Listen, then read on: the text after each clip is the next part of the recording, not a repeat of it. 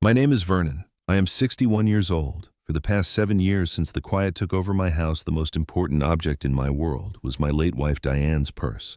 A simple brown leather purse worn soft at the corners, smelling faintly of her hand cream and spearmint gum. It sat on the armchair next to the fireplace, a constant quiet companion. Inside were the last echoes of her daily life, a nearly finished tube of lipstick, a grocery list in her looping script, her reading glasses.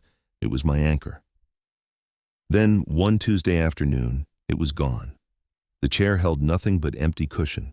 A cold dread, sharper than any I'd felt in years, started to crawl up my throat. I knew my son Lucas had been over to borrow money 2 days before I dial his number and step into the storm. Tell me, where are you listening from? A small town, a big city, somewhere in between? Drop a comment and let me know. And if you've ever held on to one thing that kept someone close, hit that like button and subscribe. What comes next is a story about what we lose, what we find, and the hidden compartments in the hearts of the people we think we know. The silence after the phone rang out was heavier than the silence in the empty house. I called Lucas 3 times. The first 2 went straight to voicemail, his cheerful recorded voice a mockery of my panic. On the 3rd try, he picked up. "Hey, Dad, what's up?" His tone was light breezy with an undercurrent of something I couldn't place. Distraction, maybe. "Lucas," I said, my own voice sounding strange and thin. "Were you in the house on Sunday?" "Yeah, for like 5 minutes. You were at the store. I left the cash you loaned me on the kitchen table. Thanks again." He was already trying to end the call. "Something is missing," I said, cutting him off. "From the living room." A pause. A little too long. "What, the TV?" "No, not the TV. Your mother's purse, the one that's always on the chair." Another pause. This one was different. It was a wall going up. I could hear it in the static. "Why would I take that old thing? It's just a dusty purse." But he didn't ask what I meant. He didn't say he hadn't seen it. A father learns the grammar of his child's lies. The missing question mark was the loudest tell. "We need to talk. In person. Now." I didn't wait for an answer. I gave him the name of a diner halfway between his apartment and my house and hung up. The drive there was a blur of yellow lines and churning thoughts. I saw him before I parked. He was sitting in a booth, hunched over, his phone fingers flying across the screen. A half-empty coffee cup sat in front of him. When I slid into the seat opposite, he didn't look up immediately. He finally put the phone down face up, and I saw a picture of him and his new girlfriend Jenna on a beach. They were both smiling, wide sunglasses on. "Dad, this is a little dramatic, don't you think? It's a purse. Mom's been gone a long time." The casual cruelty of the words hit me like a slap. "It's not just a purse, Lucas." "Well, I don't have it," he said, crossing his arms. He looked at me then, and I saw a flicker of defiance in his eyes, but beneath it something else. A nervous energy. A guilt he was wrestling into the shape of irritation.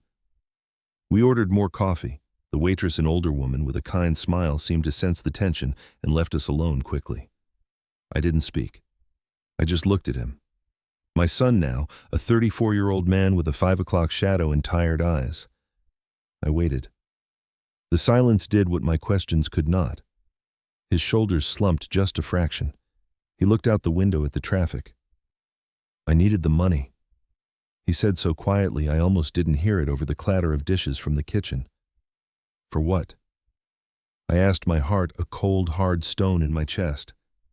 "For a cruise, with Jenna. She really wants to go. It's a 7-day Caribbean thing, a deal. I just needed a little more for the deposit."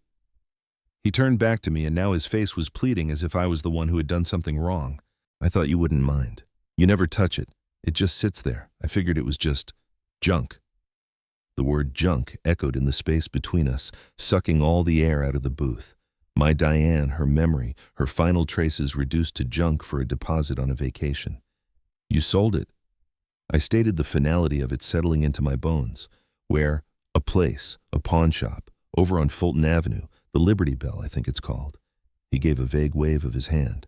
"It wasn't worth much anyway." The anger came then, hot and sudden. "Its worth wasn't in dollars, Lucas. You know that, or you should." My raised voice made a man at the counter turn his head. Lucas shrunk back, defensive again. "Well, what was I supposed to do? You're always on my case about money, about getting my life together. Jenna makes me happy. This trip would be a fresh start for us. Mom would have wanted me to be happy." He weaponized her memory, and it was the deepest cut of all. I took a long, slow breath, trying to steady the tremor in my hands. The mission was clear now. The anger would have to wait. I want the address, the exact address, and the ticket or receipt or whatever they gave you. Why, it's gone, Dad. They sell stuff fast. Just give it to me. He sighed, exasperated, and pulled out his wallet. From behind a few worn bills, he extracted a small, crumpled yellow slip. He smoothed it on the table and pushed it toward me. It was a pawn ticket from the Liberty Bell Pawn and Loan. Item, ladies' handbag. Amount, $150. I stared at the number. $150. That was the price he put on 7 years of my solace, on his mother's memory. I took the slip, folded it carefully, and put it in my pocket. I stood up, throwing a 20 on the table for the coffee. "Don't call me until I call you," I said, and I walked out of the diner, leaving him sitting there. The bell on the door jingled behind me, a sound absurdly cheerful. Fulton Avenue was a part of town I hadn't visited in 20 years. The buildings were a mix of faded brick and graffiti-tagged concrete. The Liberty Bell Pawn and Loan sat between a shuttered electronics repair shop and a discount laundry. The window was cluttered with guitars, power tools, and jewelry under dusty glass. A small brass bell tinkled above the door as I entered. The air inside was cool and smelled of old paper metal and lemon-scented polish. The counter was long and glass-topped, filled with more rings and watches. Behind it stood a man who looked to be about my age. He had a full head of neatly trimmed gray hair and wore wire-rimmed glasses. He was meticulously polishing a trombone with a soft cloth. He looked up and gave a small professional nod. "Afternoon. Can I help you?" His voice was calm, measured. "I hope so," I said, walking to the counter. My mouth was dry. I placed the crumpled yellow pawn ticket on the glass. "My son pawned a handbag here a few days ago. A brown leather purse. I need to get it back." The man whose name tag read Alistair set the trombone down and picked up the ticket. He studied it, then looked at a large leather-bound ledger book open on a stand beside him. His finger traced down a column of handwritten entries. He nodded slowly. "Yes, I remember the item. A cognac-colored leather satchel. Good condition, minor wear. The gentleman was in quite a hurry." He looked at me over his glasses. "You're aware, of course, that the redemption period has passed. The item has been sold." I had prepared for this, but hearing the word still felt like a physical blow. My knees went weak. I gripped the edge of the counter. "Sold. Are you sure? Is there any way? Who bought it? Could you contact them? I'll pay more. I'll pay double what they paid. It's not about the money." Alistair watched me, his expression unreadable. He saw the desperation I know he did. He was a man who saw it every day. He closed the ledger. "We don't typically give out customer information," he said slowly. "But I may have made a note. The woman who purchased it was quite taken with it, said it was exactly what she'd been looking for. She paid in cash." He turned and walked to a filing cabinet in the corner. He pulled out a drawer, rifled through some folders, and extracted a small notepad. He came back, flipping pages. "Here, she mentioned she was going to use it right away for a trip to visit her granddaughter. A nice lady, Eleanor Marsh." He wrote a phone number on a fresh piece of notepaper. "This is what she gave as a contact. No promises." I took the paper, a fragile scrap of hope. Thank you so much." I turned to leave, my mind already racing on what to say to this Eleanor Marsh. "Sir." Alistair's voice stopped me. I turned back. He had taken off his glasses and was cleaning them with his cloth. He wasn't looking at me. He was looking at the space on the shelf where the purse had likely been. "When your son brought the bag in," he began, his tone lower, almost confidential. "I have a process. I examine items thoroughly, for condition, for anything of value left inside." He put his glasses back on and met my gaze. His eyes were sharp, intelligent. "That bag had a false bottom, a very good one, seamless. You wouldn't know it was there unless you were looking for it." The world seemed to tilt slightly. A false bottom, Diane's purse. What was in it? I asked, my voice barely a whisper. Alistair gave a small, almost imperceptible shrug. "I don't pry into customers' private effects, but I felt something. Paper, I think. An envelope. I noted the false bottom on my sheet because it's a craftsmanship detail. When the lady bought it, I simply told her it was a well-made bag. I didn't mention the compartment." He paused, choosing his words with care. "You said the bag belonged to your late wife. If she went to the trouble of having a hidden compartment constructed, well, sir, you might want to recover the bag for more than sentimental reasons." The hidden compartment. Diane's secret. My mind reeled. What could she have hidden? Why, the purse was now a mystery box and it was in a stranger's hands. I nodded dumbly, clutching the phone number. "Thank you for everything." "Good luck, Mr. Vernon," Alistair said, and he went back to polishing his trombone, a sentinel of other people's lost things. My hand shook as I dialed the number for Eleanor Marsh. It rang 4 times and I was sure it would go to voicemail. Then a clear, pleasant voice answered. "Hello? Ms. Marsh. My name is Vernon. I'm calling about a brown leather purse you purchased from the Liberty Bell pawn shop a few days ago." There was a wary silence on the other end. "Yes, I'm not sure I'm interested in selling it. I quite like it." "I understand completely." I rushed to say, trying to keep the panic from my voice. "And I wouldn't ask if it weren't desperately important. That purse, it belonged to my wife, Diane. She passed away 7 years ago." I heard a soft intake of breath. It was the one thing of hers I kept out. My son. He took it without my knowledge and sold it. I only just found out. It's all I have left of her. I was laying my soul bare to a stranger, but the truth was my only currency. Another pause longer this time. I could hear the quiet hum of a television in the background. "Oh, my dear," Eleanor Marsh said, finally her voice softening with genuine sympathy. "That's just awful. What a terrible thing for your boy to do." He's struggling," I said, the automatic defense of a father springing to my lips even now. "But the bag, could I please buy it back from you? I'll pay you whatever you paid and for your trouble. I could meet you anywhere." She thought for a moment. "There's a little tea shop on the corner of Maple and 3rd, the Steeping Pot. Could you meet me there in an hour? I'll bring the bag." Relief so potent it made me dizzy washed over me. "Yes, absolutely. Thank you, Ms. Marsh. Thank you from the bottom of my heart." The Steeping Pot was a quiet, cozy place with floral wallpaper and the gentle clink of china. I saw her immediately sitting at a corner table with a pot of tea and a scone. A brown leather purse was placed neatly on the chair next to her. She was a woman in her 70s with kind eyes and silver hair swept into a bun. I introduced myself, my words tumbling out in a grateful rush. She smiled warmly and gestured for me to sit. "Please call me Eleanor, and don't you worry another minute." She patted the purse. "I haven't used it yet. My trip isn't until next week. It's a lovely bag. Your wife had fine taste." She slid it across the table to me. The feel of the familiar leather under my fingers was like grabbing a lifeline. I pulled out my checkbook, but she waved it away. "The look on your face is payment enough. Just take good care of it." I insisted, and finally she relented, letting me reimburse her exactly what she'd paid. We talked for a little while about loss, about memory. She had lost her husband a decade prior. We spoke the same quiet language of absence. When I finally stood to leave the purse held securely in my arms, I felt a profound connection to this kind stranger. But underneath the gratitude, a new urgency thrummed, the false bottom. I drove home in a haze, the purse on the passenger seat like a silent passenger. Once inside, with the door locked behind me, I carried it to the kitchen table under the bright overhead light. My fingers, now trembling for a different reason, explored the smooth interior. I felt along the seams at the bottom. Nothing. I pressed. Then in the very center I felt a slight give, a different texture. Using a butter knife from the drawer, I gently worked at a nearly invisible seam. With a soft snick, a small, perfectly fitted panel lifted away. Beneath it, lying flat, was a plain white envelope. It was not old or yellowed. It was of recent make, the kind Diane bought in packs from the pharmacy. On the front, in her unmistakable handwriting, was one word, Vernon. The date below was just 3 weeks before she died. My breath caught. I had never seen this. I carefully opened the flap and pulled out a single sheet of lined notepaper. It was not a love letter.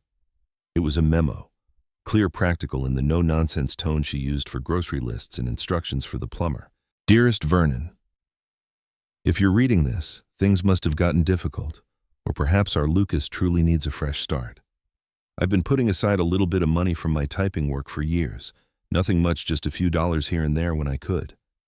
I opened a savings account at First Farmers and Merchants Bank on Cedar Street. It's in both our names, but I never got around to telling you. It felt like a secret gift I was making for our future, or for a rainy day that seems to have arrived. The account number is 447893301. The PIN is your birthday month and day, 0612. Please don't be cross with me for keeping a secret. I just wanted to have one nice surprise left for my boys. All my love always." Diane. I read it 3 times. The clarity of her, the sheer Diane-ness of it, was what undid me. She hadn't hidden jewels or scandalous letters. She had hidden provision. Love to her was not just a feeling. It was a tangible, practical safety net woven in secret over years. She had thought of Lucas's struggles long before they manifested. She had thought of my potential loneliness, my possible hardship. The tears came then, not the sharp tears of fresh grief, but the deep, slow-releasing tears of being profoundly known and cared for, even from beyond the grave. I logged onto my computer with clumsy fingers and navigated to the bank's website. My heart hammered against my ribs as I entered the account number and the PIN, my birthday. The page loaded.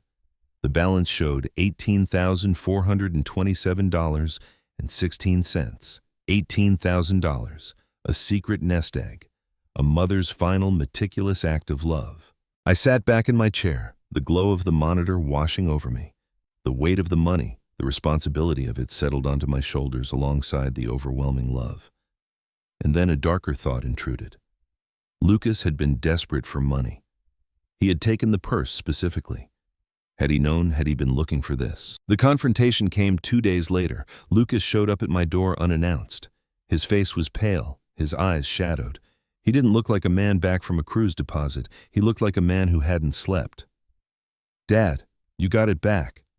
He said it as a statement, his eyes scanning the living room and landing on the purse which now rested on the coffee table. "I did," I said, my voice neutral. I didn't invite him in, but he stepped past me anyway. "Good, that's good." He shifted his weight from foot to foot. "Look about what I said at the diner. I was stressed. It was a junk thing to say." "It was," I agreed. The calm in my voice seemed to unsettle him more than anger would have. "So we're good?" he asked, a hopeful, brittle note in his voice. "Did you know about the false bottom, Lucas?" The question hung in the air, sharp and sudden. He froze. His eyes darted to the purse, then back to me. A storm of emotions crossed his face, surprise, fear, then a hardening defensiveness. "False bottom, what are you talking about? In the purse, a hidden compartment. Did you find it when you took it?" He jammed his hands into his pockets. "I don't know what you're talking about. I just grabbed the bag and left. I didn't do an inventory." He was lying. I could see it in the tightness around his mouth, the way he wouldn't meet my eyes. "The man at the pawn shop said it was very well made. You wouldn't find it unless you were looking for it. Were you looking for it, Lucas?" His facade cracked. "What if I was?"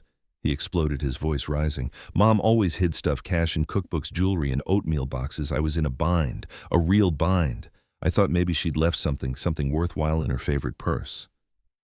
The admission was like a physical blow, so it wasn't an impulsive act for cruise money.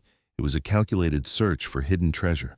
The cruise was just a convenient story, or maybe a secondary goal after the primary search came up empty. "What kind of bind?" I asked, my own voice deadly quiet. He ran a hand through his hair, agitated. "It doesn't matter, you wouldn't understand. You with your pension and your paid-off house, the world isn't that simple anymore. Try me." He slumped onto the sofa, deflated. The fight seemed to go out of him, replaced by a weary despair. "I owe people, okay? Not just credit cards, people.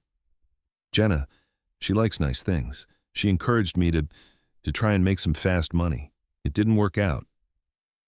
The pieces clicked into a terrible picture. Gambling debts. The kind that come with pressure. The cruise was likely Jenna's idea, a glamorous escape from the mess he'd made. My suspicion was a lead weight in my stomach. I needed to be sure. I waited until he left, his parting words a sullen mutter about me never trusting him. Then I picked up the phone and called First Farmers and Merchants Bank. I asked to speak to a manager about account 447893301. After verifying my identity with Diane's PIN and several security questions, a polite woman named Ms. Higgins came on the line. "How can I help you, Mr. Vernon? We were so sorry to hear about Mrs. Vernon."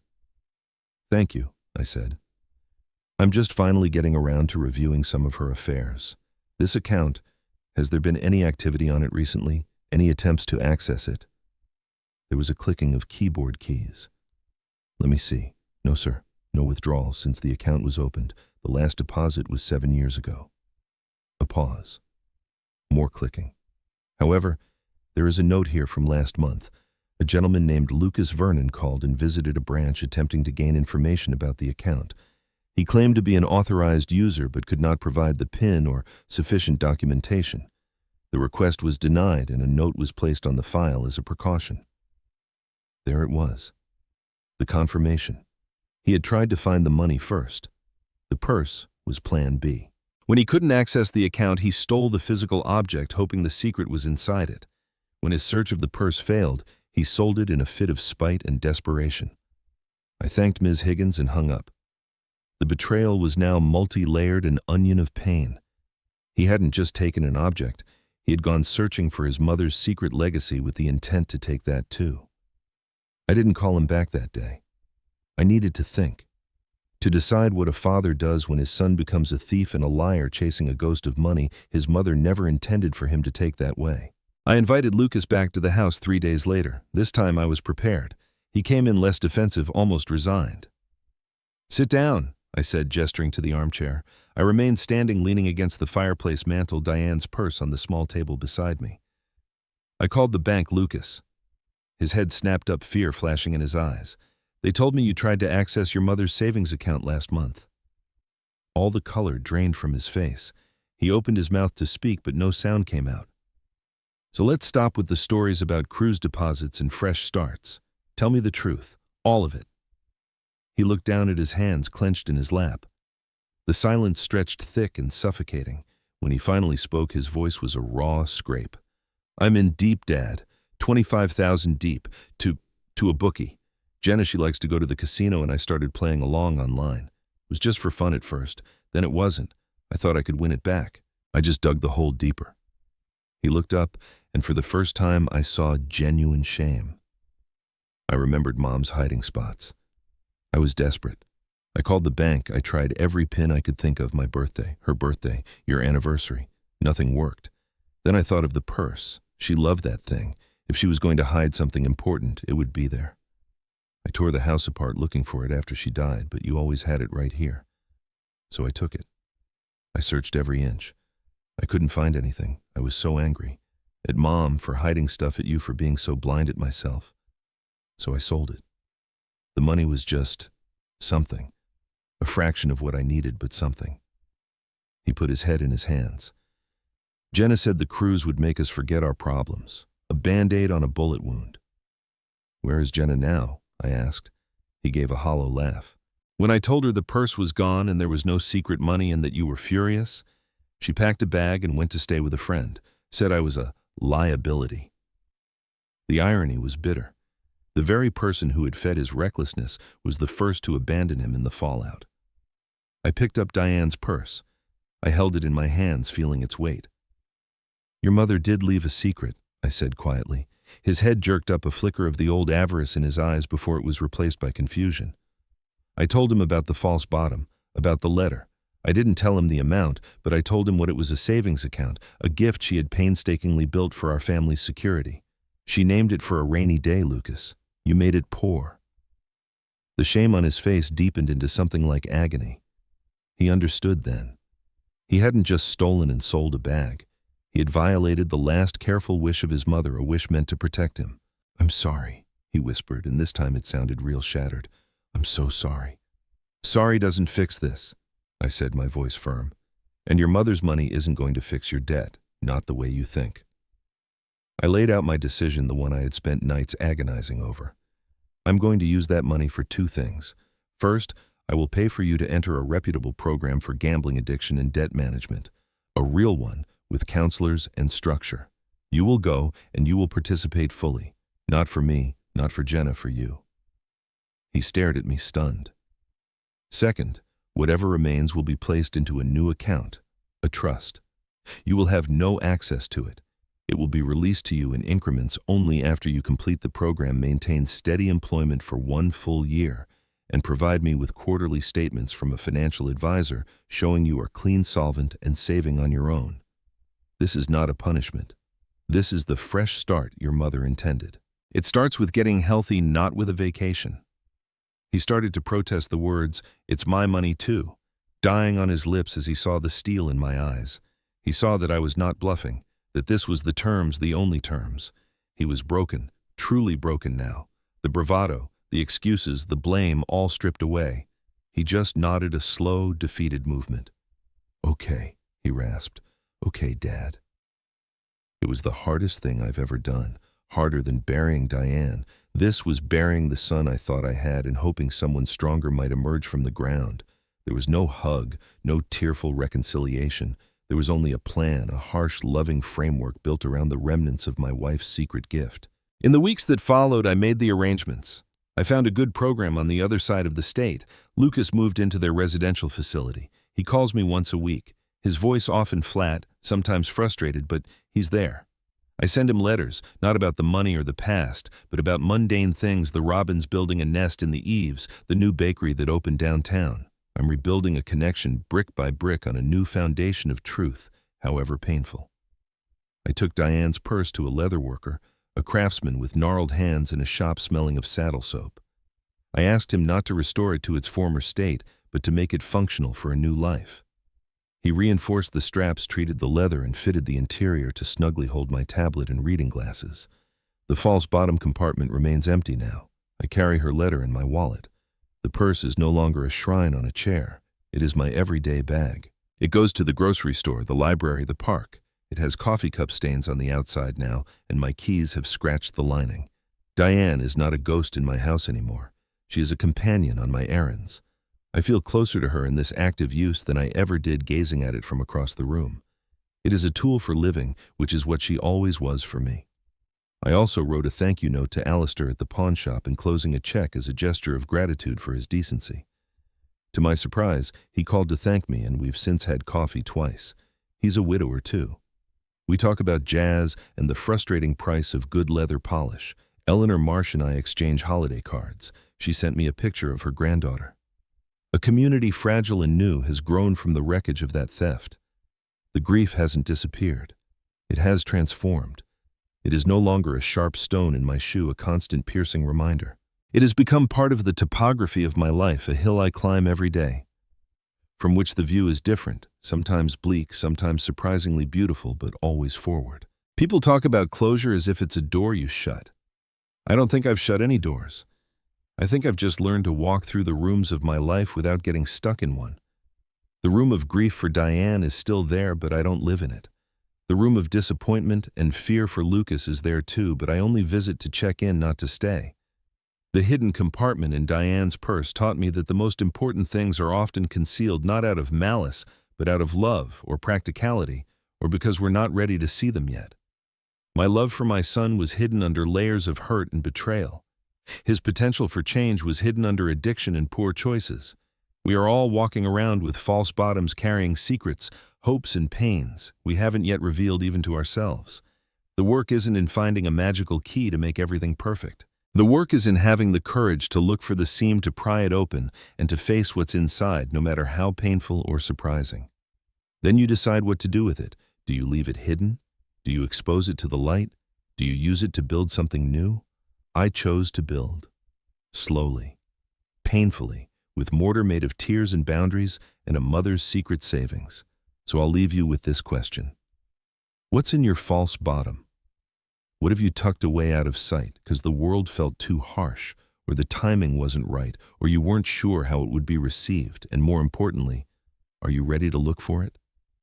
If this story of loss and a hidden second chance meant something to you, I'd be grateful if you'd share your thoughts in the comments below.